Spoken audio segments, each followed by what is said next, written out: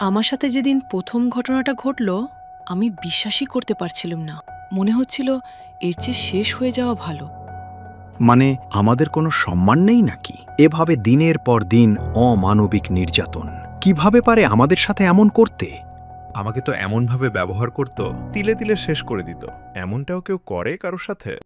কিন্তু ও যেদিন এলো, সেদিন সব কিছু বদলে গেল।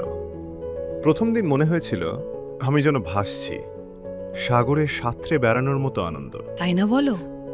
মনে হচ্ছিল এক অদ্ভুত সুখের সন্ধান। কাশফুলের নরম ছোঁয়া থেকেও অনন্য এক ভালোবাসা। ওরা মানুষ না, ওরা কাপড়। কিছু কষ্ট, কিছু যন্ত্রণা, কিছু অসম্মান কাপড়ও ভুলতে পারে না।